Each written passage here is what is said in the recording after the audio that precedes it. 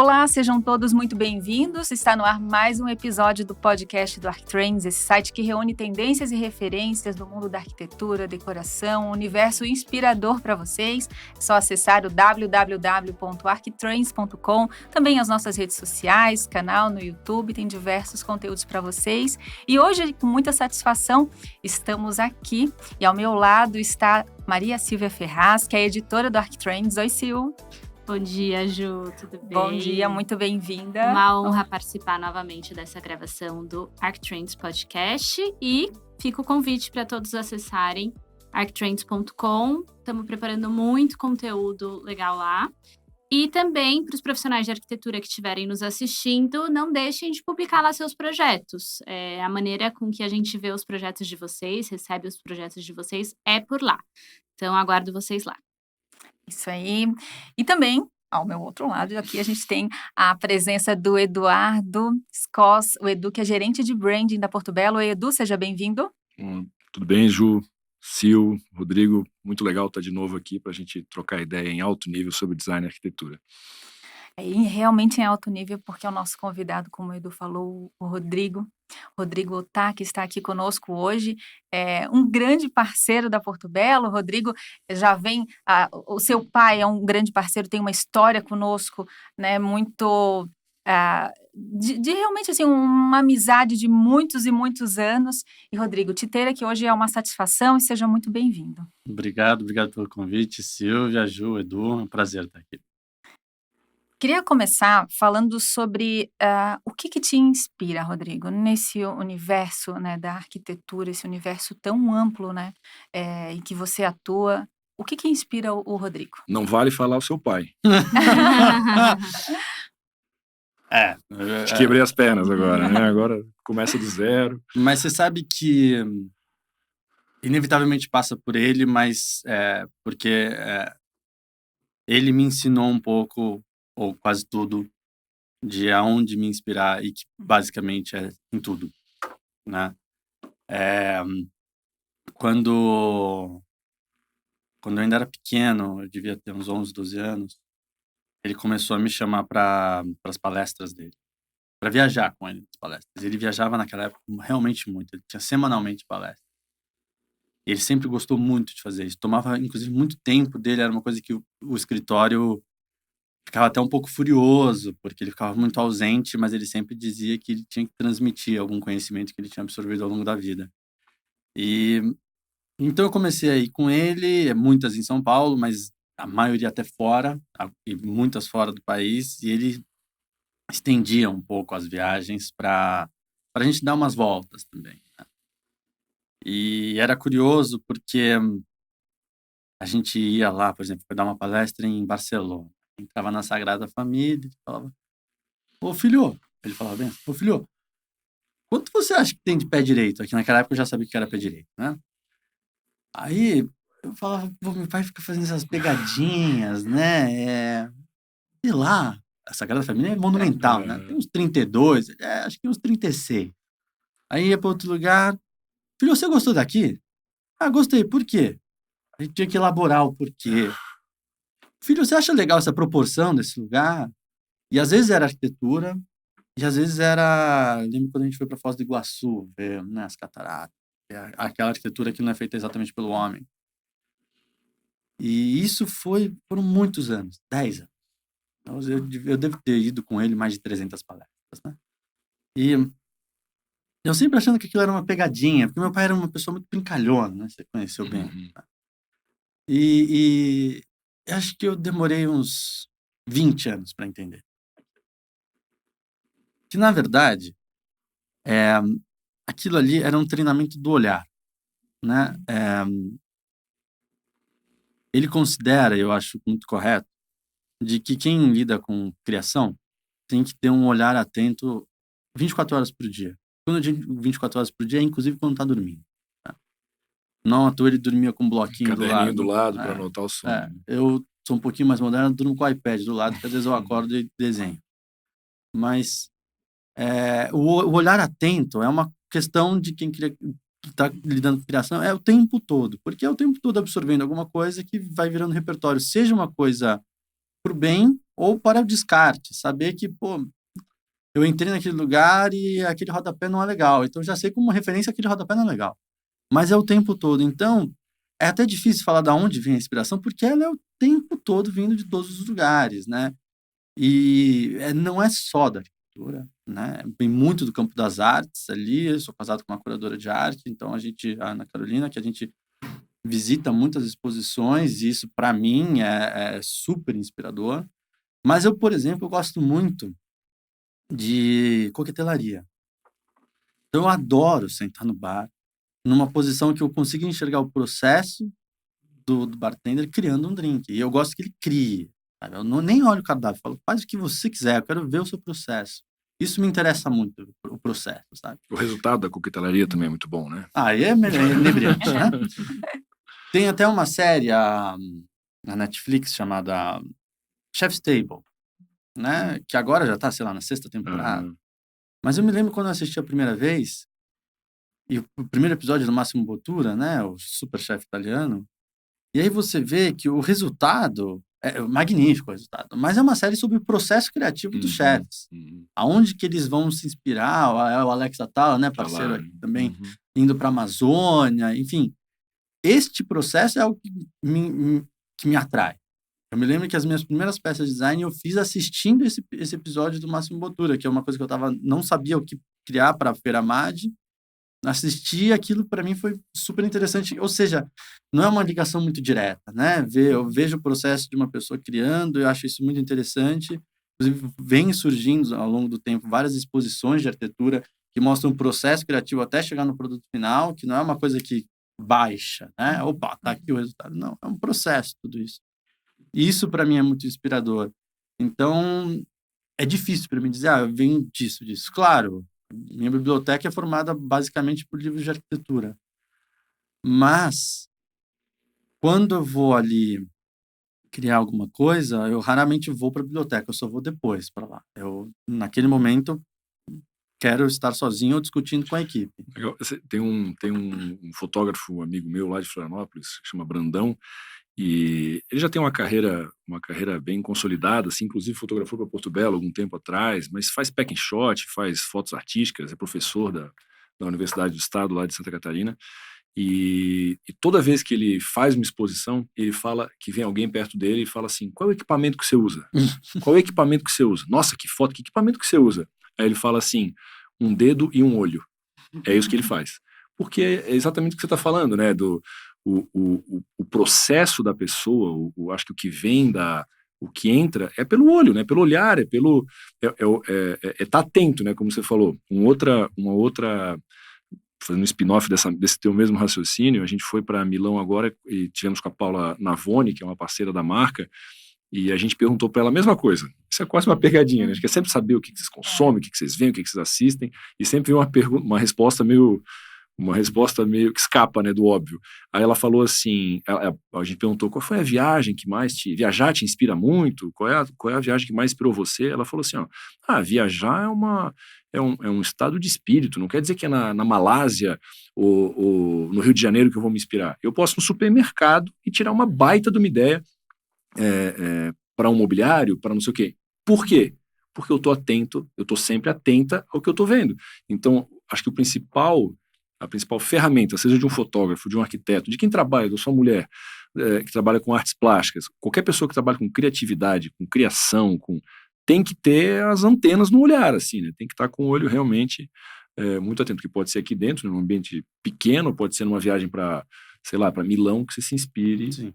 E o contrário também é verdadeiro, né? Porque tem gente que vai para Milão, volta e não vê nada, né? Não traz nada na sua bagagem cultural. Então, acho que é super legal essa... Mas não só o olhar atento, a curiosidade também é fundamental. Tem que estar curioso o tempo todo. Legal. Rodrigo, e você comentou da biblioteca. A biblioteca é incrível e não é só de arquitetura. Tanto que eu tô com um Ítalo Calvino emprestado, que eu nunca mais devolvi, que tá comigo. Que mais, assim, que tem naquela biblioteca que você gosta? Foi uma junção da sua biblioteca com a biblioteca do seu pai, né? Isso. É verdade, tem alguns livros que não são de arquitetura.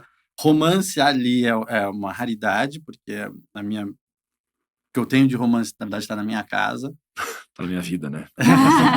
Que é o que eu leio de verdade. Sim. né? Eu raramente leio texto de arquitetura, eu gosto mais de ler romance, enfim, acho que me inspira mais.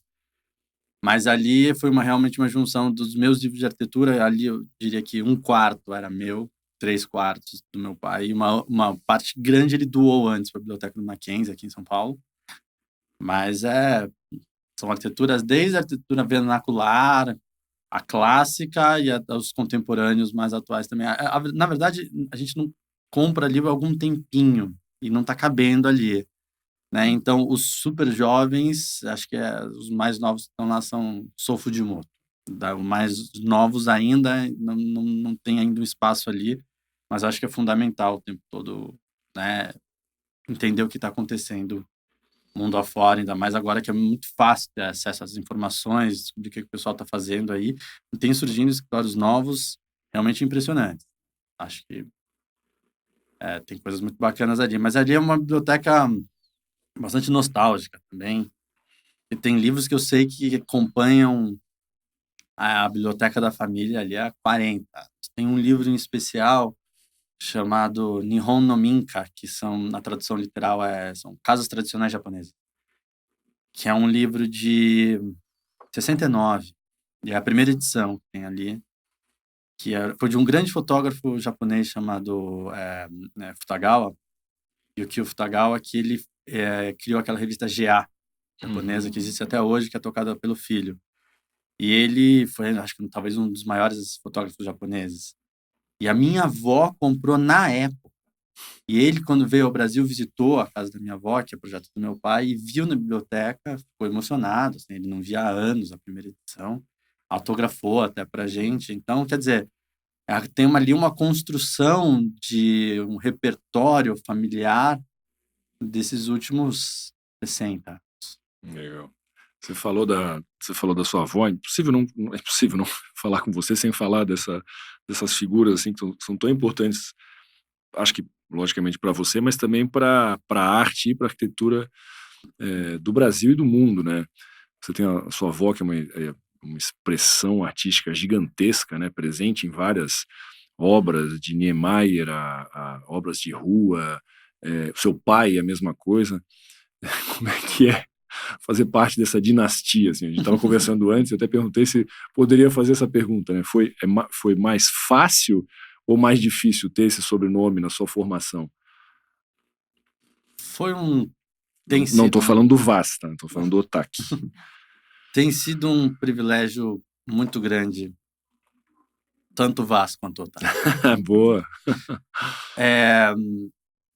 Sim, o Otaki é um sobrenome conhecido e ainda bem por motivos bons, Claro. né?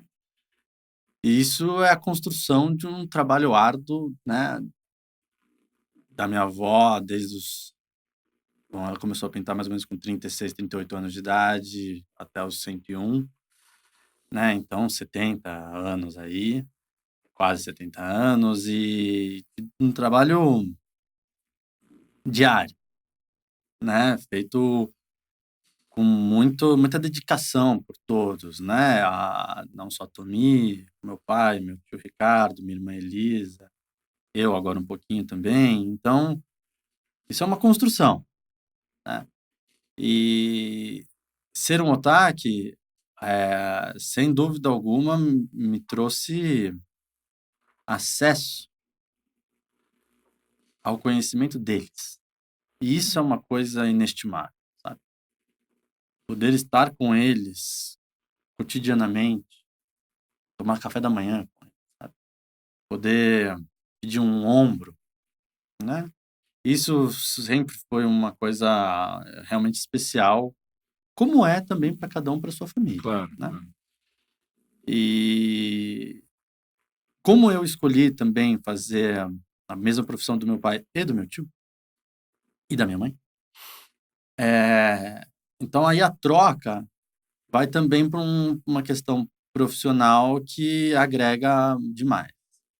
Mas vindo da minha avó, ela, que era uma pessoa extremamente doce, muito silenciosa, eh, ela talvez tenha transmitido para todos nós aquilo que é mais valioso do nosso ponto de vista, que é acreditar na própria intuição, né? Ela sempre foi uma pintora muito intuitiva, no sentido de que nunca estudou muito, nunca pertenceu a especificamente um grupo, porque ela queria transitar de uma maneira intuitiva. Ela acordava às 5 horas da manhã e não saía da cama antes das 7, porque até durante essas 2 horas ela ficava pintando dentro da cabeça dela aquilo que ela achava que era bonito. E depois ia fazendo estudos, rasgando papel, rasgando revista, ia tomando escalas maiores. Inclusive, isso fez com que a casa dela teve que crescer, porque as obras começaram a não caber lá. Começaram a tomar proporções urbanas, inclusive, né? Esculturas com 40 metros de comprimento, 23 metros de altura. Sempre de uma maneira muito... que ela nem conseguiria explicar muito bem, que é essa tal da intuição, né?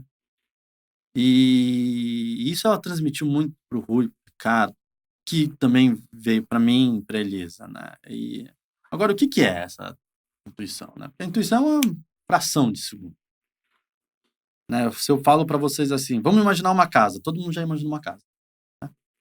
Então, quando vem um cliente também falar, eu queria uma casa, eu já pensei na casa. Evidentemente, essa casa que eu pensei, ela provavelmente está errada, né? Mas esta casa que eu pensei, ela vem muito de dentro da pessoa. Isso é muito pessoal, muito autoral. E a intuição, ela dura essa fração de segundo, ela é muito potente, ela vem de um hemisfério do cérebro que, principalmente aqui no mundo ocidental, a gente usa menos, né? A gente usa muito mais o lado racional. Desde quando a gente começa a ter alguma consciência, a gente é ensinado a ter que pensar de uma maneira racional, né?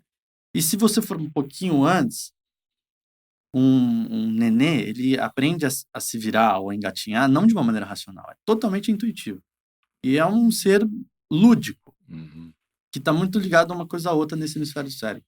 Depois, quando vai para o lado racional, a gente acaba esquecendo um pouco isso, o que eu acho uma pena.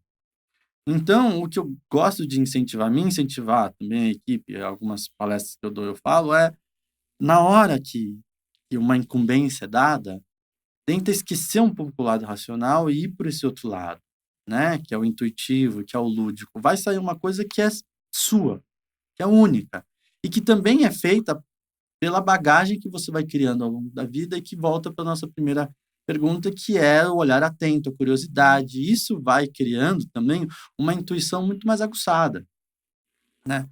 Então, isso veio muito da Tomi. E aí, a Tomi talvez não conseguisse racionalizar tudo isso, porque ela foi fazendo. Ela foi simplesmente fazendo, e aquilo foi vindo dela. E foi uma ascendência meteórica. Ela começou a pintar figurativo, 2 anos depois ela estava pintando abstrato, 10 anos depois ela estava abrindo exposição no MASP, né?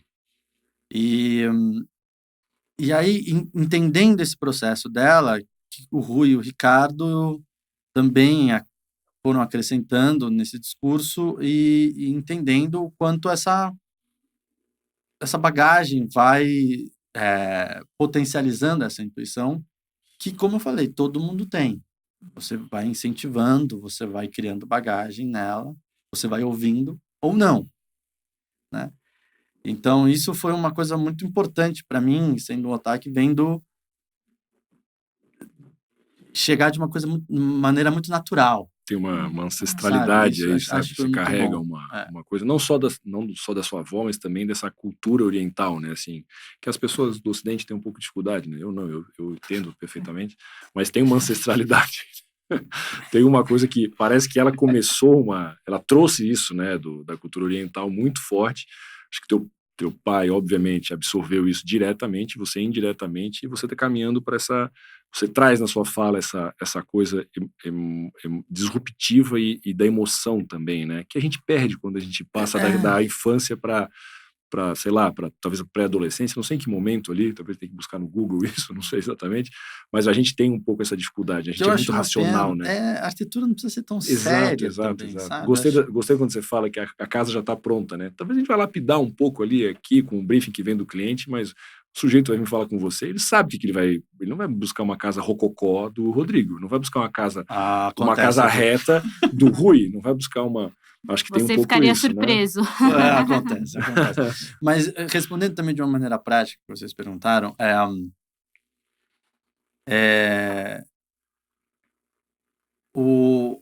Com meu pai teve muita troca, sabe? Eu trabalhei em história durante 10 anos, teve muita troca em função da arquitetura, mas também de visão de mundo, política, ética, né, das artes. A gente, bom, enfim, fez uma vida inteira juntos, né? E eu estudei na mesma faculdade que ele, na FAO. E ele, apesar de ser o ex-aluno mais conhecido da FAO, que muita gente pensa que o Paulo Mendes da Rocha é da FAO, mas não, ele fez Mackenzie, né? E também muita gente pensa que ele é de São Paulo, mas ele nasceu em Vitória.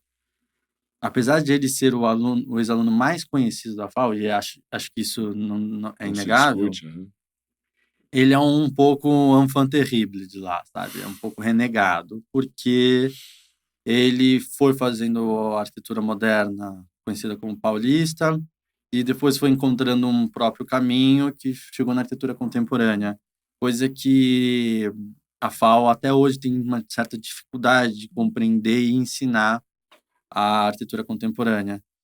E então ele, quando eu entrei na FAO, teve ali um momento assim de algumas rusgas ali. Cheguei a repetir algumas matérias por questões de sobrenome, claramente, mas enfim, isso faz parte. Agora, eu lido com isso aí numa boa. Isso aqui são detalhes que eu tô aqui me abrindo com vocês, mas a verdade é que no dia a dia, sabe, é de entrar no Uber, no taxista e falar, pô, por acaso você é filho do Rui, sabe? Semana passada fui jogar tênis com um adversário, o adversário falou, você é alguma coisa do Rui. No escritório tem uma obra da Tomi, sabe? Falando assim, eles estão de alguma maneira presentes aí no cotidiano de uma parcela da população, que para mim é uma honra, sabe? O pessoal fala, poxa, eu já vi muita obra da sua avó na 23 de maio, né? Que é uma vida importante daqui de São Paulo. Então, é bonito, é bonito. E então eu tento continuar com isso. Mas eu lido com isso muito numa boa, no sentido de que não é um fardo para mim, pô, né? Então, quando o meu pai morreu, que a gente juntou os escritórios, né? A gente já estava conversando um pouco isso antes, uma coisa que teve que ser interrompida com a doença dele, e aí ele acabou falecendo. Eu continuei com isso, a gente juntou os escritórios, mantive o sobrenome, né? Quer dizer, agora o escritório chama Otac, né? Tirando primeira pessoa, o Rui e o Rodrigo, é o Otac, inclusive para simbolizar, de uma certa maneira, essa continuidade que vem desde a Tomi. Não à toa, quando você vai ao escritório, a primeira coisa que você vê é uma obra da Tomi. A gente vem dali, né? Eu fui ao Japão, na verdade, ver da onde ela veio, mas, enfim, a gente vem dali. Aí tem a Tomi, tem a obra do Rui, algumas minhas, e é gostoso, sabe? Tem uma questão também que é,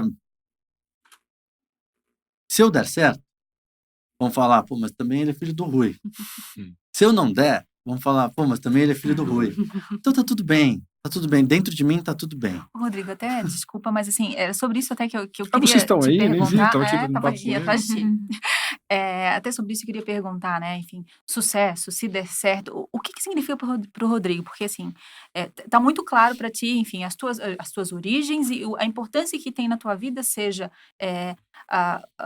como uma referência profissional ou uma referência, enfim, de pessoas, de parentes, de teus familiares de dia a dia, né? Mas o que para ti significa, né, dar certo, né, para o Rodrigo? Também levando em conta essas referências que tu tens, que são referências que deram muito certo. Então, o que é para o Rodrigo ter sucesso na carreira, o sucesso profissional, o sucesso pessoal, enfim, dar certo? O dar certo, ele é um pouco momentâneo também, né? Eu tenho um planejamento ali dos próximos 50 anos, mas o dar certo ele vai mudando, né? No momento, eu quero dar certo como pai. Que eu tenho 3 filhos pequenos e... É o teu maior projeto, né? Esse é minha preocupação maior do momento. Mas a gente está falando aqui também do lado profissional. Ao assumir o escritório, não vou negar que me bateu uma ansiedade, um nervosismo e um certo questionamento da capacidade, tá? Porque é um escritório aí com 60 anos de história e que eu me coloquei como a única opção é dar certo. Eu não posso assumir e não dar certo esse escritório, né? Mas a sua pergunta é muito pertinente do que é dar certo. Que não é uma questão financeira, né? É claro, o escritório precisa se sustentar. Mas o dar certo não é necessariamente ficar rico com isso. Isso é uma consequência, né? Para mim, o dar certo é conseguir fazer obras relevantes, tá? O relevante, ele pode ser relevante para uma família, ele pode ser relevante para minha carreira, ele pode ser relevante para uma localidade, para uma cidade, ou ele pode ser relevante para a história da arquitetura, tá? E é nesse sentido que eu vou dizendo que o dar certo pode ir mudando, como ele pode ir mudando aí numa linguagem arquitetônica de escala. Então, eu estou preocupado em conseguir fazer uma arquitetura relevante, né? Pessoalmente, também tem um lado que é dar certo, é fazer uma arquitetura aonde fica evidente que é uma arquitetura do Rodrigo, né? Que aonde você vê que tem influência do Rui, dos Oscar Niemeyer, seja do que for, mas você fala, mas isso aqui é a arquitetura do Rodrigo. Que, na minha opinião, eu não cheguei lá. Não cheguei, e eu acho que eu posso chegar daqui uns 20 anos. Tá? Trabalhando muito, porque é uma profissão tardia que você vai desenhando, fazendo muitos projetos. Eu já devo ter feito aqui uns 60 obras, né, construídas, mas ainda posso dizer, pô, cheguei aqui na minha linguagem? Não. E aí é uma questão muito minha, porque alguém pode falar, não, acho que sim, eu acho que não. Então, para mim, nesse sentido, eu não dei certo ainda, mas estou trabalhando para isso. E também no âmbito da arquitetura relevante, é fazer uma arquitetura que alcance as pessoas, né? Então, como eu falei, pode ser relevante para uma família, que é legal, fazer uma casa que é super legal, é magnífico. Eu acho que se eu pudesse sempre fazer uma casa, eu estaria muito contente, porque o morar é um desafio muito grande na arquitetura, né? Agora, o escritório também é conhecido por fazer obras públicas, e que são obras que têm alcance na sociedade, na comunidade, para as pessoas muito grande. E, no fundo, a gente faz arquitetura para as pessoas, né? A gente, ou pelo menos acho que deveria ser feito para isso. E promover o encontro das pessoas, né? Que vai um pouco na contramão dos lançamentos residenciais, seja de apartamentos, seja de casas, dos últimos 20, 30 anos, que você vê lá, tem 100 metros quadrados, 2 suítes. E não fala o tamanho da sala, que no fundo é o mais importante da casa, é a sala, né? E aí você vai lá, a suíte tem uma televisão, um guarda-roupa, uma escrivaninha, você pode morar na suíte e você não vê o seu filho. Eu questiono se a arquitetura deveria ir para esse lado, né? Mas isso aí foi também questão mercadológica, que acho que os arquitetos brigaram um pouco para não acontecer isso, né? Mas o meu dar certo agora no momento do escritório, além de fazer o escritório funcionar, no momento que eu assumi, é conseguir fazer uma obra pública bacana, sabe? Eu estou batalhando muito por isso, para, né, fazendo reuniões com prefeitos em cidades pequenas para conseguir cavar um projeto e continuar fazendo algo que o escritório sempre fez, né? Parques, teatros, centros culturais, coisas assim, que eu acho que é muito legal, porque tem um alcance grande da população e se torna um espaço de convivência da população, que é algo que carece muito nas cidades brasileiras, né? Como é que foi a tua experiência falando sobre esses espaços públicos e essa arquitetura mais democrática, digamos, áreas urbanas que são tratadas de forma mais democrática? Como é que foi a sua experiência em Milão? Você se formou lá, né? Fez parte da sua formação lá no Politécnico, né? Eu estudei durante quase um ano no Politécnico de Milão. Uhum. Eu fui para lá com uma ideia muito clara de que eu queria entender como que era o ponto de vista deles da arquitetura contemporânea. O que é muito curioso, porque a arquitetura contemporânea para eles começa em mais ou menos 1930, coisa que para nós não começou nem a arquitetura moderna, Uhum. né? Então é uma outra visão, uma outra escala de tempo, né? 500 anos para eles não é muita coisa, né? Eles estão ali nos romanos, nos gregos, né? Então eu queria entender como que era toda essa bagagem histórica e o quanto isso influencia na criação deles. Porque, na minha opinião, a arquitetura italiana contemporânea, tirando o Renzo Piano e o Massimiliano Fuksas, é difícil de você encontrar, né? E eu acho que tem muito a ver com essa história, que é muito grande, é um peso muito grande. E eu queria sentir como que era isso, como que era essa visão de mundo do velho mundo. E eu me lembro que na aula de projeto, a gente tinha que fazer uma estação intermodal, né, de ligação de trem de alta velocidade, metrô e ônibus, ou tram, de lá, no centro de Milão, num determinado terreno. E aí foi dado o terreno, eu chamei o grupo e falei, então vamos começar a desenhar. Na hora que eu peguei o lápis, o professor já falou, o que você está fazendo? Eu falei, eu vou começar a desenhar e aí depois a gente vai estudar. Ele falou, não, primeiro eu tenho que começar a estudar. Então, na próxima semana, você vai trazer a importância desse terreno para a Europa. Eu pensei, como que a importância desse Até terreno que para a Europa? para um oriental você é bem apressadinho, né?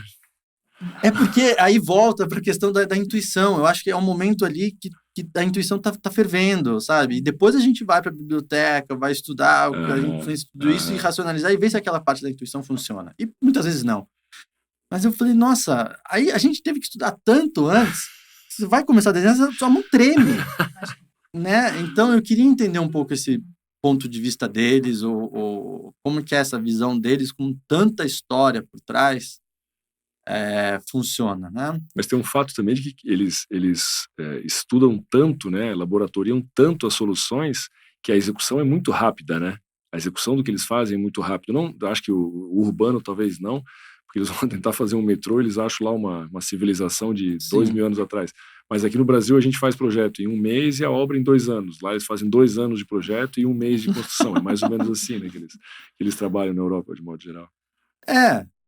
Agora, foi uma experiência muito rica porque tem um respeito ali à história que aqui o nosso Condefat não tem tanto, sabe? Infelizmente. O IFAM, ainda mais nesse momento que está tudo sendo sucateado, infelizmente.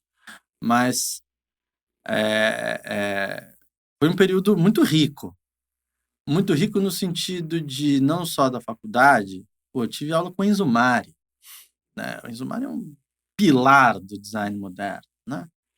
Incrível isso lá na faculdade, enfim, faculdade onde formou o Renzo Piano, formou o Richard Rogers, também é formado lá, inclusive o nome do campus em homenagem ao tio-avô dele, Ernesto Rogers. Enfim, e viver numa localidade onde você transita com uma liberdade, sabe? De poder, qualquer hora da noite, atravessar a cidade, seja a pé, seja pegando um transporte urbano de qualidade, enfim. Essa vivência foi importante, né? Um convívio com a cidade que é diferente do nosso, aonde aqui a gente precisa estar atento o tempo todo e lá não. Isso é um pouco desgastante, né? Então foi um período interessante, de muita farra também, afinal eu tinha 21 anos de idade, eu morava numa república que tinha uns 150 estudantes. A gente acabou de voltar do Salão do Móvel, né? A gente teve uma equipe lá de 20 pessoas da Porto Belo, 6 profissionais de arquitetura que a gente levou. A gente leva para... A gente estava falando antes, né, mas só para contextualizar para quem está nos ouvindo, a gente leva esses profissionais para nos ajudar a ampliar olhares, né, para ver, porque o Salão do Móvel é uma coisa absurda de grande, a cidade inteira, uma cidade que já vive design, fica transformada e todo mundo quer ver tudo, então a gente não consegue ver tudo sozinho. E a gente leva esses profissionais para nos ajudar a multiplicar olhares. Primeiro dia que a gente chega lá, acho que você estranha um pouco, né? Porque o italiano tem um quê de brasileiro nessa hora da bagunça, né? O trânsito é carro que vem de um lado, do outro, vem de cima, vem de baixo, é uma bagunça, né? E esses modais todos que você falava aí, né?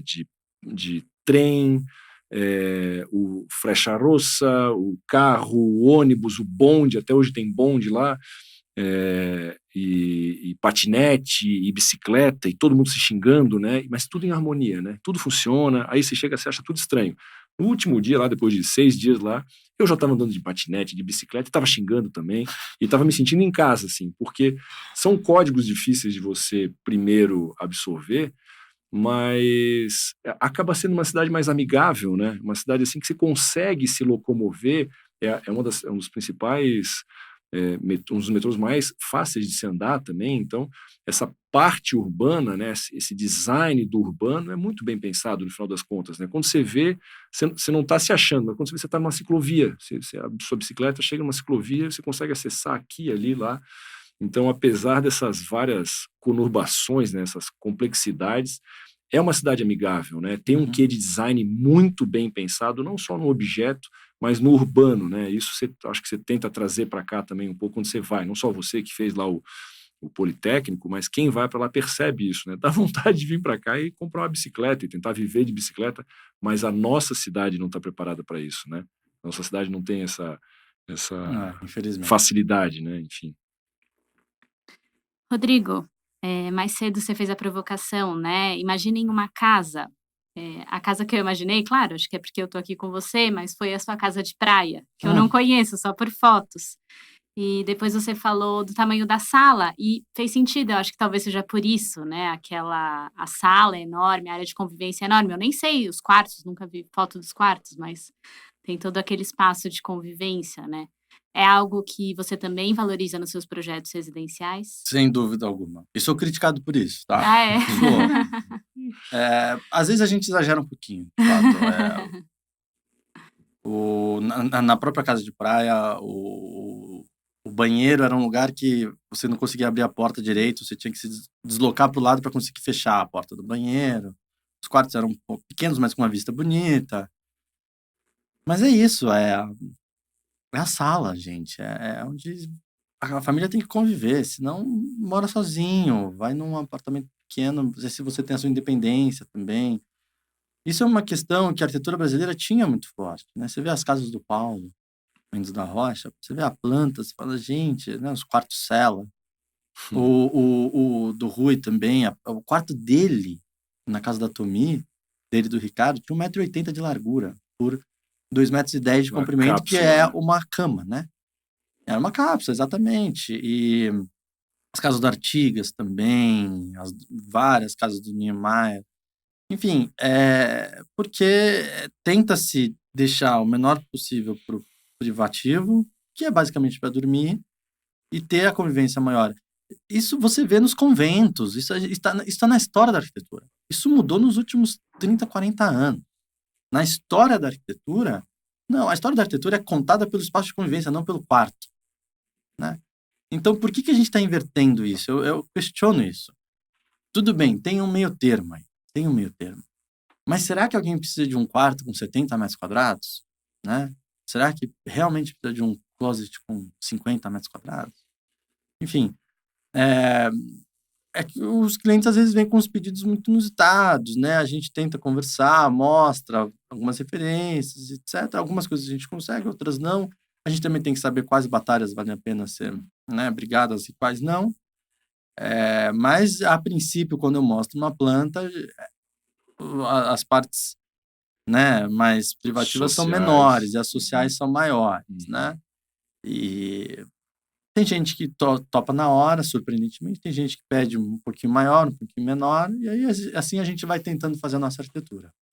E a gente está falando muito de arquitetura, principalmente residencial, mas a Otac é um estúdio de criação. Você me contou isso lá quando abriu, né, o novo espaço. Que mais de criação? Eu lembro que na época você comentou moda, cenário.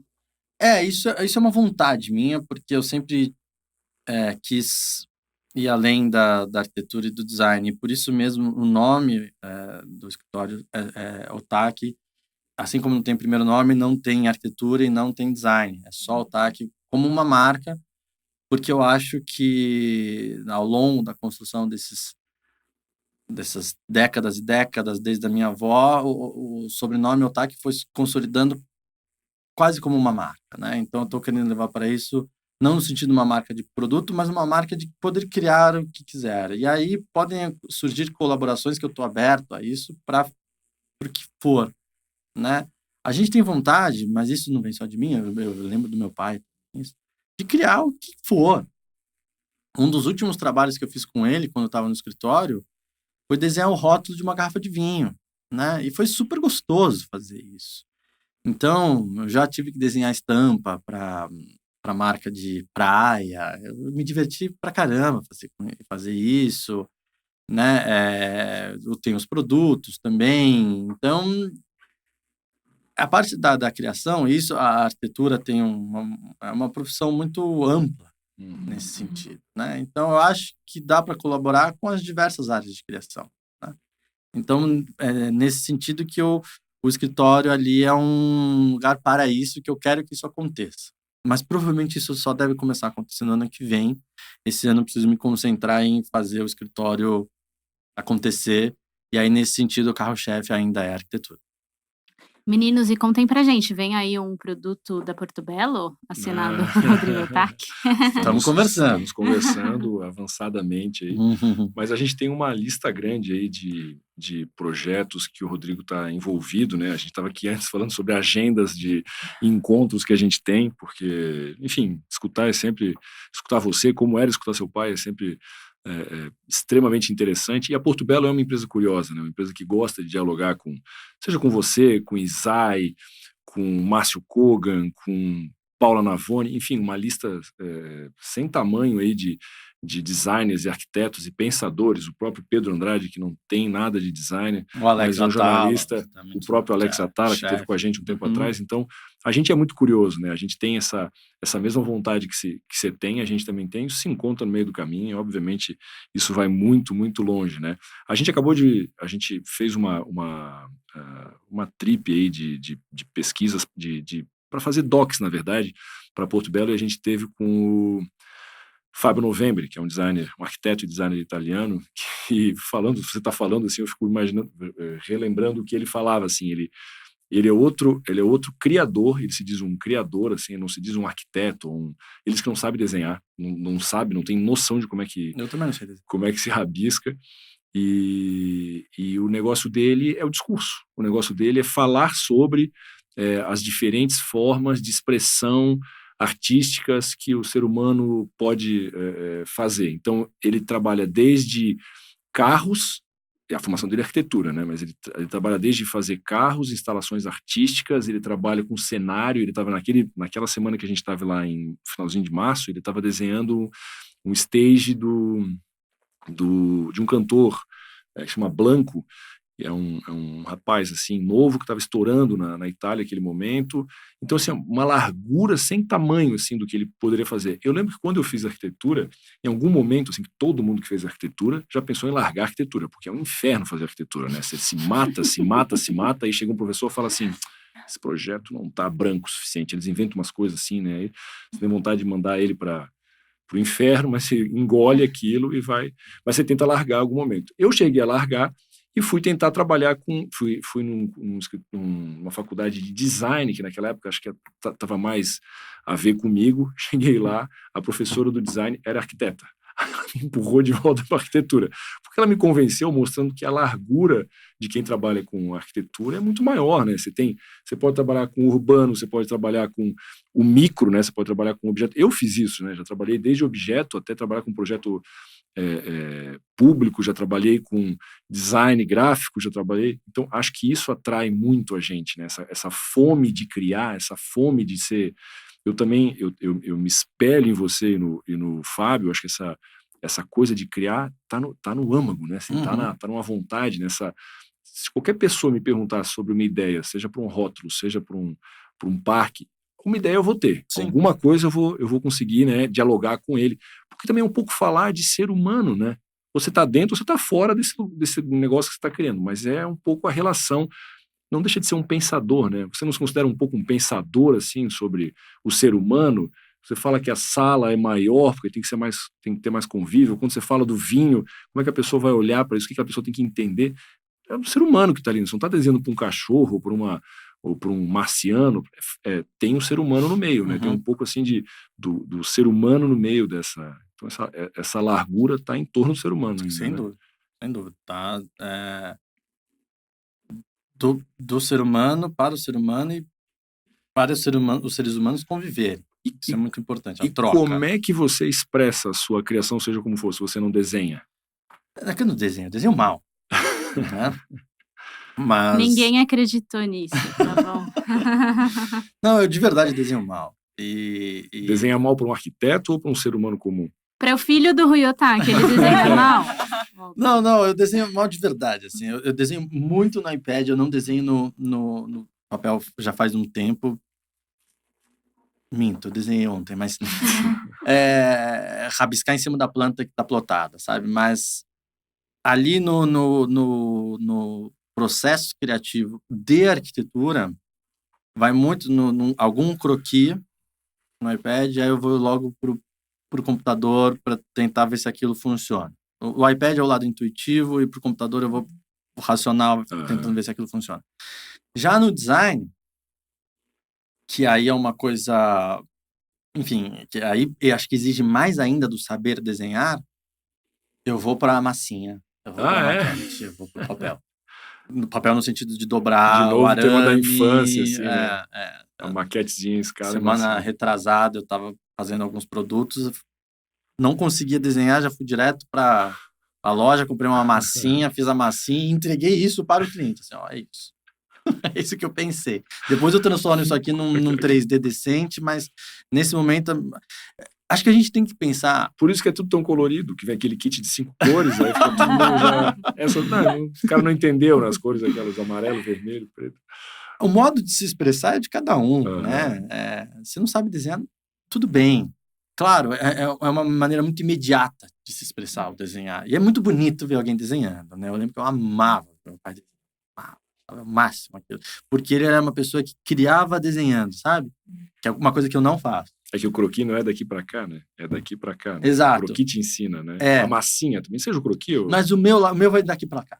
O meu vai muito interno e aí depois eu vou exteriorizar aquilo de alguma maneira, seja no iPad, seja num rabisco horrível, seja numa massinha. Ele era desenhar criando. E eu me questionava muito isso. Eu falava, pô, eu não consigo fazer dessa maneira, né? E desenhando, até rasgar o papel, assim, um negócio incrível. E aí ele vinha depois com uma caneta de uma cor que ele não tinha usado ainda, fazia um traço final, escrevia uma flecha assim, é este o traço, porque tinham tantos traços, né, para entender, e levava para o escritório aquele croquis. Era uma coisa incrível. Eu amava ver. Mas aí eu estava lendo um livro do Frank Lloyd Wright, né, que fez o Guggenheim de Nova York, entre outras obras, e o processo criativo dele era muito intelectual e ele só ia para o papel quando ele já tinha um projeto quase que resolvido na cabeça. Eu falei, então acho que eu tenho um caminho aí, né? Tem um precedente. Que o meu processo é muito mental. Lloydiano, isso aí. Lloydiano. Às vezes eu fico assim, 2 horas realmente olhando para o teto, que é aquilo que a gente estava falando do Rosenbaum que faz as sextas-feiras, né? É isso. Não necessariamente ele está descansando, pode estar criando. Meu pai conta uma história que na época, agora está na moda de novo, mas na época eles estavam fazendo o projeto do Parque Tietê quando teve o envolvimento do Oscar Niemeyer aqui em São Paulo. Mas quando dava 8 horas da noite, ele falou, todo mundo ligava a TV na manchete para assistir Pantanal, a original, né? E todo mundo ficava puto, falava, pô, os caras estão aqui no meio e tal, né? E ainda eram aqueles escritórios daquela época que só tinha homem. Né? Pô, todo mundo vamos ver Pantanal. E aí ficava todo mundo ali na frente da televisão, contava meu pai. E teve uma vez que ele não aguentava mais, né? A Juma. Aí ele olhou pro lado assim, viu Oscar Niemeyer. Oscar Niemeyer, ele tava com o olho virado para a televisão, mas o olhar dele estava em outro lugar. Né? Tô vendo através da televisão, não nada através da televisão. Que no fundo, ele estava enxergando o projeto que ele estava desenhando o dia inteiro e estava reorganizando as ideias, né? Então, acho que esses processos mentais também de reorganização são importantes. Meu pai me contava que, às vezes, durante a reunião, ele pedia para eu ir ao banheiro. Mas, na verdade, ele não estava com vontade de ir ao banheiro. Era só para sair da reunião, ter ali 1, 2 minutos sozinho, reorganizar e voltar com uma possível solução. Né? Então, eu me perdi. Por que eu estou falando isso, para falar a verdade? Mas o fato é que... Eu perguntei se você desenhava. Então, a forma de se expressar é de cada um. É um pouco, que programa que você usa no escritório? Pô, isso não Mas importa. sabe que eu gosto de sempre perguntar isso, porque eu acho que a arquitetura não é isso do desenho, né? E eu gosto de ver as respostas mais, assim, diferentes. Acho que a gente já entrevistou, já teve pelo menos aí com 100 arquitetos, e para esses 100 arquitetos eu faço essa mesma pergunta, ou a Ju faz, ou a gente tem essa curiosidade, porque tem tem um pseudo entendimento de que arquiteto tem que saber desenhar. E Uhum. hoje tem tanta ferramenta muito mais efetiva do que o desenho. Óbvio que o Oscar Niemeyer, em 1950, 60, seu pai, por aí também, só tinham essa ferramenta. E o Oscar Niemeyer, por mais que a gente veja aqueles croquis mesmo, meio esdrúxulos dele, eu fui na Fundação Oscar Niemeyer um tempo atrás e todos os cortes, ainda na cabeça, ele já tinha noção de que o Palácio do Planalto era assim, o Palácio da Alvorada era assim, a sede da ONU era não sei o quê. E é impressionante a clareza que ele tinha da proporção no croquis. Então era um croquis super simples, quase infantil, mas guardava todas as proporções e o entendimento do projeto. Então, lógico, lá naquele momento era quase indispensável um arquiteto, era impensável achar que um arquiteto não conseguiria desenhar. Então, hoje, cada vez mais as ferramentas permitem que arquitetos façam obras incríveis. Eu duvido que o Calatrava desenhe. Estou chutando, não sei qual é o processo dele, mas para fazer, talvez, mas assim, mas ele não consegue chegar naquilo que ele faz sem uma ajuda computacional. A mesma coisa a Zaha Hadid, a mesma coisa, sei lá, os desconstrutivistas. Então é impossível você não ter uma ajuda pelo computador ou massinha, seja o que for. Então tem muitas ferramentas hoje que nos apoiam para fazer arquitetura. Então fazer arquitetura está muito mais ligado, meu entendimento, minha humilde opinião, no fato de você querer fazer alguma coisa para o ser humano do que você saber desenhar. Porque o contrário também é verdadeiro. Tem gente que sabe desenhar e não é arquiteto. Sim. Faz um baita de um desenho arquitetônico, mas a arquitetura que sai dali Sim. não chega nem perto disso. Tem um filme que eu vi um tempo atrás, não vou falar o nome porque é um filme ridículo, mas tem uma sacada bacana, que fala assim, eu adoro dançar, mas eu não sei dançar. Aí o professor fala para ele assim, você gosta de dançar? Gosto de dançar. Então você sabe dançar.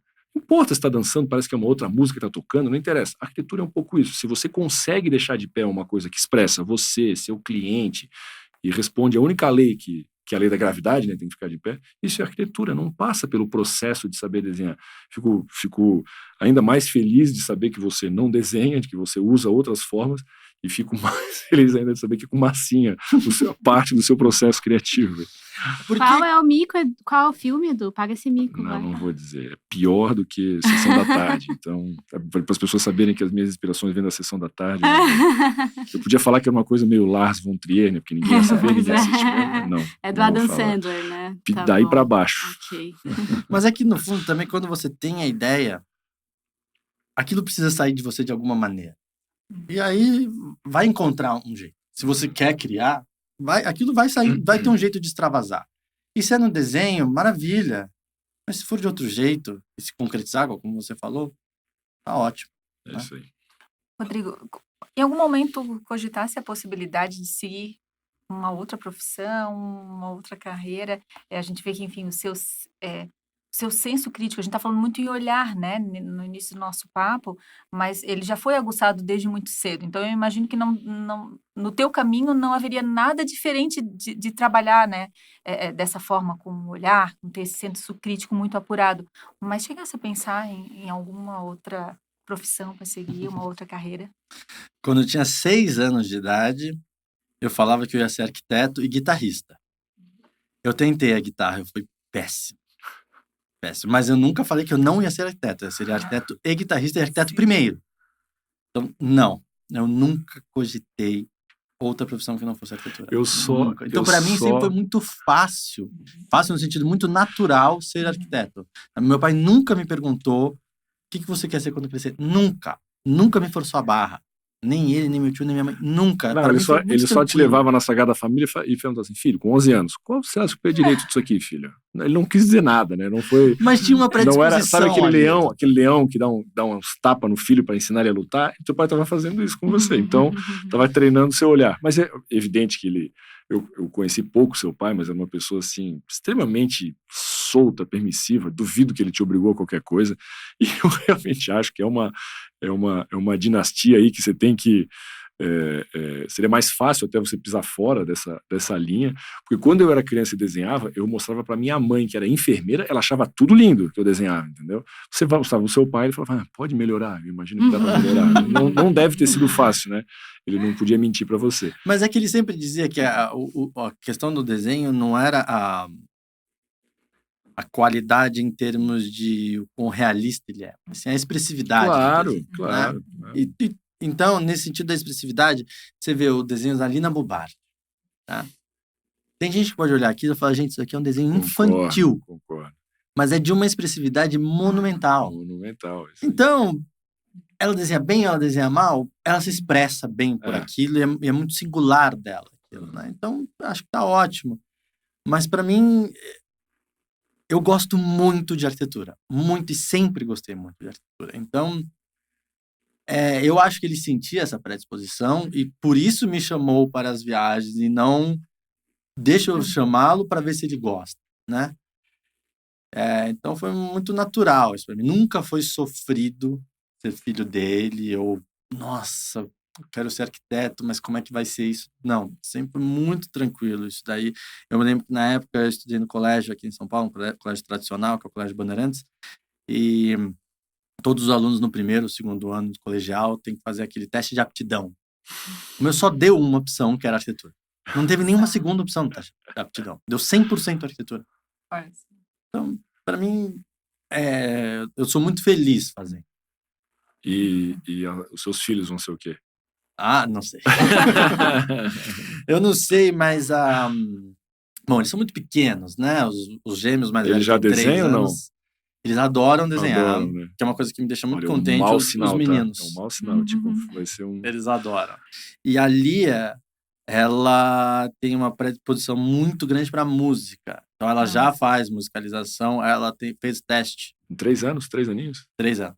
Nossa. Ela fez teste, ela tem uma hiper audição, vamos dizer assim. Ela ouve acima da média e ela, então, ela acho que vai por esse lado que me deixaria muito contente. Tá? Eu não espero que nenhum seja arquiteto. Se for, vou ficar muito feliz. Mas o que eu gostaria muito é que fossem para o campo da cultura. Isso sim, né? Então aí cada um escolhe a sua. Hiperaudição. Ela tem. Na Porto Belo tem muita gente que tem uma hiperfala, assim, tem gente que fala demais. É mesmo, não sei quem. Acho que é uma baita qualidade. Quem será? Quem serei? Legal. Rodrigo, você falou da massinha, né? E queria puxar, então, o assunto da terceira Mostra Unlimited. As maquetes, né? Sensacionais, né? Traz maquetes. Então, tem esses 2 tipos de maquete, né? A maquete de estudo, quando você está criando e você usa o físico para criar, e também as maquetes de representação, que foi a mídia que a gente usou para a terceira Mostra Unlimited, da qual você participa. Queria que você nos contasse um pouquinho do seu projeto Apartamento Escultórico. Certo. Eu me lembro quando o Edu falou desse projeto, eu achava que era, assim, um tiro na água. Isso aí não... Maquete. Né? Porque maquete, quando ela tenta ser hiperrealista, ela geralmente dá errado. Né? Você vê esses prédios de lançamentos, quando eles são muito fidedignos, não fica tão bacana. Então, a gente gosta mais das maquetes que são mais conceituais, mas por outro... Mais esquemáticas, né? Só que aí não vai mostrar o produto, né? E a gente tá falando aqui, né, dos acabamentos da Porto Belo. Mas eu falei, bom, mas vamos lá. E ainda na escala 1:20, que é gigante, 1:20. É 1:10. 1:10. É muito grande. É do tamanho dessa mesa aqui, mais ou menos. Era um 12x12, mais ou menos. Ninguém faz maquete desse tamanho. Ninguém. A gente faz maquete 1:100, uma coisinha assim, né? Nossa, aí é mais realista ainda, é mais desafiador ainda, né? Mas tudo bem, vamos lá. E aí foi naquele momento de transição, né? Que foi quando eu assumi o escritório. Então eu fiz o projeto do apartamento usando os produtos do Rui, da linha Otake e da Soul, né? Do Kit Soul. E aí eu pensei num apartamento, porque tinha um determinado briefing que era, né, 12x12 e um espaço do morar. E daí ser livre. E usar preferencialmente as lastras, mas isso é fácil, porque é um produto incrível. E eu pensei, bom, quero fazer aqui um um apartamento, mas eu quero que ele seja totalmente com os produtos, né, da Portobello, totalmente com lastras, porque eu sei que dá para fazer. Então eu não quero só usar meramente como acabamento, mas sim mostrar que esse produto ele pode ser, obviamente, a bancada da cozinha, mas ele pode ser o sofá, a mesa de centro, a cama, o box, o piso, a parede, ele pode ser tudo, né? E além disso, eu queria usar o máximo possível os produtos da linha Outake, que são 8 cores, ali foram usados 6 cores, né? Porque como tem 3 cinzas, eu usei só um cinza e as outras cores. Para mostrar que também há uma harmonia, que a escolha das cores não é meramente intuitiva. Começa da intuição, mas Elas se depois tem coordenam, uma né? harmonia ali que você pode usar as 6 cores no ambiente de 12 por 12 e vive tudo em harmonia, né? Agora, se eu tinha esse desafio, eu também lancei o desafio de como vocês vão fazer as curvas otakianas com as lastras, né? E eu fiz um projeto cheio de curva, né? A parede curva, e curva nos 2 sentidos, o sofá, enfim. E aí veio a solução em que na maquete está brilhantemente representado que as lastras sendo cortadas em tiras, um pouco como aparece aqui nesse copo, assim, né? Cortadas em tiras, fazendo a curva. E eu achei que ficou muito bonito. E eu fiz um loft, mas um loft com alguma separação dos ambientes, porque esses lofts que são absolutamente tudo aberto, eu acho um pouquinho problemático. No sentido de que se a casa não estiver impecável, ela está totalmente desorganizada. Se você não arrumar a cama de manhã, parece que a sua cozinha está desorganizada no loft. Então, eu acho que é bom ter alguma separação, e por isso tem uma parede que começa do pé direito e vai descendo até o nível 0, né, para dar alguma privacidade. Mas tem uma fluidez, não tem nenhuma porta ali no projeto. Mas o banheiro tem privacidade, eu acho que o banheiro ainda é uma área que merece uma privacidade. Enfim, foi muito divertido, foi gostoso de fazer, né? E mais gostoso ainda porque eu só tive que fazer um croquis, o meu tipo de croquis, que é aquele croquis meio tosco, né? E aí a equipe da Portobello desenvolveu maravilhosamente bem, Não, fez o 3D, eu tive que revisar uma ou duas coisas e falei, pô, vambora, tá lindo. Então foi muito satisfatório. E ver lá no dia da apresentação essa maquete desse tamanho, é quase uma escala real, né? 1:10. É fácil de se ver lá dentro, né? Assim, você faz as fotos, baixa o celular, você consegue se imaginar lá dentro. Tem fotos que a gente faz da maquete e os virtuais, a gente não sabe o que é o quê, de tão imersiva que é a maquete. A maquete tem isso, né? E você tem uma fala, achei que você ia falar, mas eu vou citar o Rodrigo Otaki aqui, então.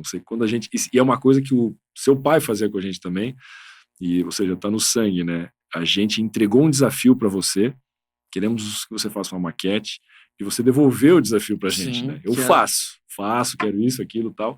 Se eu quero as lastras fazendo curva. Fácil, né? É fácil fazer uma lastra rígida, fazer curva e interpretar aquilo. E o seu pai fazia a mesma coisa com a gente, fazia a mesma coisa. Então, assim, o fruto não cai longe do pé, né? Quando a gente começou a fazer a linha Soul, que você participou, mas não quis os créditos, que eu achei muito legal, eu já falei isso antes, achei muito bonito da sua parte. O seu pai falou, eu quero a curva, eu quero o porcelanato fazendo curva.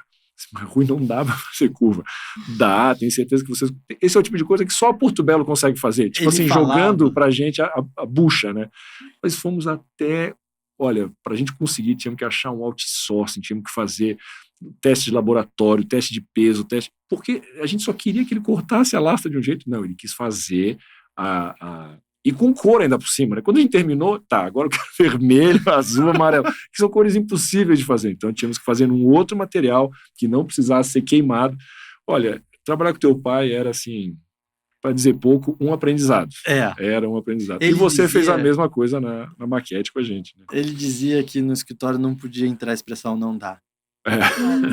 E era um negócio que às vezes ele dizia umas coisas que assim, vinha até aqui assim, o não dá e... Opa, não posso falar não dá.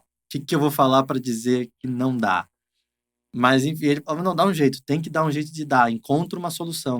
Outra coisa que ele dizia, que eu acho que é muito verdadeiro, é que o arquiteto não pode só trabalhar com as tecnologias que existem. O arquiteto também tem um papel de puxar as novas tecnologias. Perfeito. Né? Então, chegou na fábrica, a fábrica faz isso, legal, vamos usar isso bem. Mas e isso? Isso não dá. Não, peraí, deixa eu pensar um pouco. Será que não dá? E aí consegue-se fazer, né? Acha-se uma solução e eventualmente vira um produto ou não, né? Mas esse papel, ele é muito importante, dessa troca, para também a indústria ter o arquiteto como um incentivador para ir evoluindo, né? Eu acho que isso tem muito a ver com a característica, é uma característica muito marcante dele. Eu sempre, assim, nesses contatos que a gente tinha com o Rui, ele é extremamente generoso.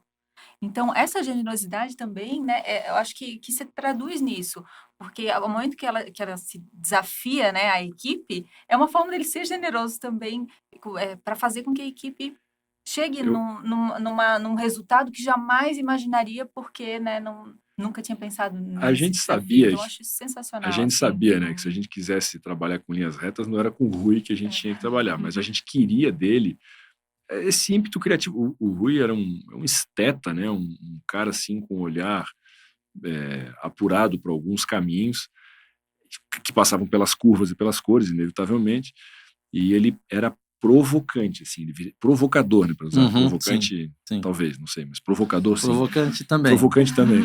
E ele provocava a gente. Ele tem o vídeo da coleção, do finalzinho da coleção, que a gente documentou nosso último encontro, que tinha sido, acho que 3 meses antes do falecimento dele, e ele super ativo, assim, para nós foi um choque tão grande quando ele partiu, mas 3 meses antes do falecimento, a gente estava fazendo uma reunião, e eu lembro assim, eu sei que é difícil, eu sei que é muito difícil, isso é uma coisa, mas esse é o tipo de coisa, eu tenho certeza, que só Porto Belo conseguiria fazer. Assim, jogou no nosso colo a bucha, assim, a gente saiu de lá assim, meio a confiança que ele coloca na gente, né? Eu tenho certeza que só Porto Belo, mas nenhuma outra empresa conseguiria fazer. Não conseguiria, não. Por isso que eu tô com a Porto Belo.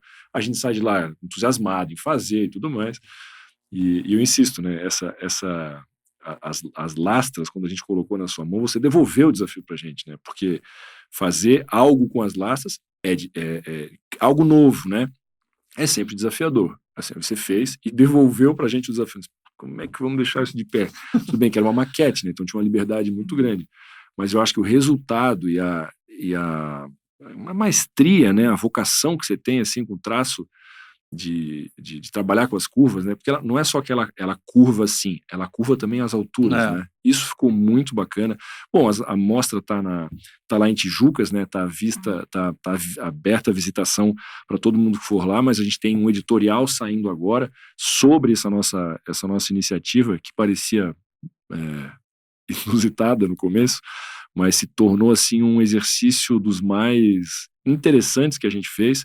Tá no site aí, que aparece aqui, em algum lugar, eles vão botar aqui para vocês verem, e acho que vale a pena dar uma olhada e ver o que você, o Alex Atala, Mariana Maran, Carlos Carvalho, Gabi de Matos, Paula Navone, todo mundo criou criaram coisas diferentes com um único briefing de fazer 12 por 12, um espaço de morar, um espaço de convivência, e às vezes nem isso teve, os arquitetos são tão criativos que nem o briefing não seguiram. Teve gente que fez prédio, teve gente que fez um espaço artístico, teve gente que fez cozinha, bom, lógico, Alex Atala, mas vale a pena dar uma olhada e conferir todos os outros projetos lá também. Gente, bom, papo sensacional. Eu acho que a gente sempre tem essa sensação, assim, de poder render, poder falar, conversar muito mais, assim, nos outros episódios. A gente teve essa sensação contigo da mesma forma, Rodrigo.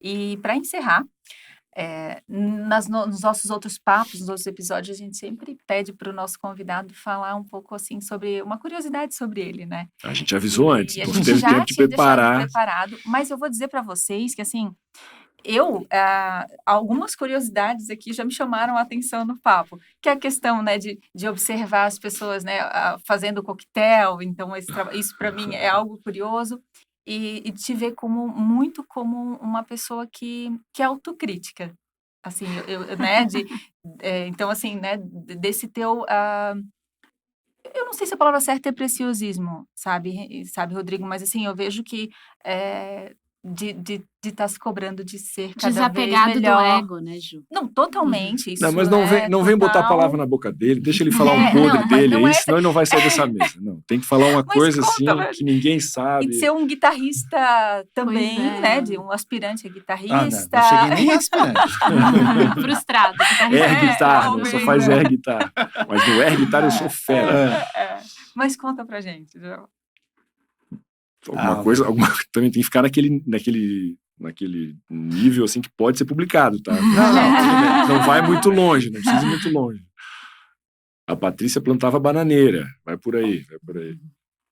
Eu sou extremamente metódico. Tá? Extremamente metódico é uma coisa que até irrita um pouco a Ana Carolina, assim, porque tem tudo absolutamente no lugar. E eu sou muito cético, tá? Questão de religião, horóscopo, isso pra mim não existe, tá? Alinhamento dos astros, como é o nome daquele? Mercúrio retrógrado, né? Enfim, que a minha mulher é super. Mas, apesar de ser extremamente cético, eu acordo todos os dias com o pé direito há 25 anos. Todos os dias. Desde quando que motivou? Do nada. E eu não sou supersticioso, mas eu faço isso. Quando ele mudou de lado da cama, foi pro lado direito. Não, e o pior, obrigado. é que atualmente eu você tô, mudou pro mas lado antes esquerdo, eu mas do você lado ainda- esquerdo também. Eu levantava e colocava o pé direito antes. Há 25 anos. Ah, tem dado Todos os certo, dias. tá bom. Não sei, um dia. Mas e que é até um fato curioso, porque até a brincadeira que a Carolina faz comigo. Ela fala assim, não, você não é cético coisa nenhuma, você acorda com o pé direito há 25 anos, né? Eu não me considero uma pessoa supersticiosa, mas faço isso. Assim, é uma coisa que tem em mim e é no automático. Eu já nem percebo que eu acordo. Do lado que você dormiu, você vai Indo ser. Vou para hotel, dormir do lado de lá. Porque sempre quando a gente vai, ela fica com o lado da vista mais bonita, obviamente. Independente do lado. É. Tá. Não faz diferença. Eu acordo, ponho o pé direito primeiro no chão. Eu acho que muita gente vai começar a fazer isso a partir de agora, porque realmente, como a Silvia fala, dá muito certo. Rodrigo, só queria, assim, acho que a Ju já vai encerrar, né? Obrigado por compartilhar mais isso com a gente, por compartilhar mais essa. Acho que isso vai funcionar para muita gente. Mas queria. Não é novo, eu não inventei o pé direito. Queria te agradecer, assim, a gente tem um ciclo, como é que eu posso dizer assim, uma turma, né, que anda junto com a gente, do seu pai, passando por você, pessoas de fora do Brasil, jornalistas, designers, Alex Atala. O Alex já contou aqui, acho que a gente não vai passar por essa história, mas a gente sabe que ele fez o último jantar do seu pai, a última ceia do seu pai, vocês eram amigos, né? Ele tem uma história muito bonita com o Alex, a gente conta isso no podcast, né? Hoje o podcast é sobre o Rodrigo, mas assim, queria te agradecer pela sua, assim, apesar de toda essa história que você carrega, né? Desde Tomi, desde o seu pai, mas também uma ancestralidade que vai buscar lá no Japão essa sua forma de trabalhar, sua forma de pensar, que eu acho assim, nossa, a gente tem muito que aprender, né, com essa cultura, e você transgride, né, a nossa cultura paulistana, modernista, e isso é muito legal, porque caminha para um fato novo, né? Caminha para algo novo. Assim, a gente olha as obras do Rui, a gente vê as obras da Tomi, a gente vê o que você está fazendo. Isso é novo, né? Isso ainda é novo. Isso é uma coisa que talvez seja o próximo passo da arquitetura. Pode não ser isso que vai virar a arquitetura, mas é um fato novo. É alguém com coragem fazendo um fato novo. Eu acho todos esses 3 otakus que eu conheço transgressores, eu acho isso extremamente bacana. Fico só pensando no que você falou da sua filha, dos seus filhos, se não fizerem arquitetura, né, eu já estou vendo assim, se não forem arquitetos ou designers, não sei o quê, já estou vendo você conversando com essa mulher assim, amor, você não sabe, ela quer ser médica. É uma o outro quer ser advogado. O que nós vamos fazer? O que nós vamos fazer? Olha o desgosto para a família. O que nós vamos falar para os nossos tios? Quer ser médica, se formou em medicina. Vamos esconder isso. Mas eu acho assim que é uma luta pelo novo, assim, que vocês carregam, assim, que tá no sangue, que é de antes, assim, não é do teu pai ou da tua avó, acho que vem de antes, assim. Não é à toa que são japoneses, né, uma cultura colocada aqui dentro do Brasil, acho que enxergam o que a gente é com mais clareza. Então, assim, parabéns por essa luta estética que vocês têm, e obrigado por compartilhar com a gente tudo isso, e longa vida aos otakis e outakes. Obrigado, mas é isso mesmo. Em absolutamente tudo que a gente faz, quando eu digo a gente, não a gente otaku, eu digo a gente. Uhum. É sempre bom tentar colocar alguma coisa de novo, sabe? Sem dúvida. Né? Mesmo, hoje eu vou fazer um sanduíche. Deixa eu tentar mudar alguma Eu não coisa. podia concordar mais com sabe? você, cara. Acho que é importantíssimo. isso tem que estar no dia a dia, fazendo novo. Não só no criar, recebi uma incumbência de fazer uma casa. No dia a dia, sempre tentar fazer um novo, alguma coisa nova, né? Acho que isso é fundamental para a evolução humana. Legal, cara. Seja um tempero, um caminho, Tudo. uma viagem. Concordo com você, cara. Concordo com você. E de novo, provocativo e provocante essa sua fala. E é a fala do seu pai também e da sua avó. Valeu. Vou reforçar, então, um agradecimento, Rodrigo. Sensacional poder contar com a tua participação aqui, te ter como um grande parceiro da marca, um amigo que a gente tem aí. Vamos fazer, com certeza, muitos projetos. Vem muita coisa pela frente, com certeza. Muito obrigada. Obrigado. Sil, muito obrigada pela participação. Edu, obrigada pela participação Valeu. Aqui, por conduzir conosco esse papo muito legal. E a gente convida você também para acompanhar no Spotify, no canal do YouTube, site do ArcTrends, as nossas redes sociais. Acompanhem as novidades do mundo da arquitetura, decoração, inspiração para vocês. E também tem os outros episódios do podcast para vocês conferirem. Até mais. Obrigada.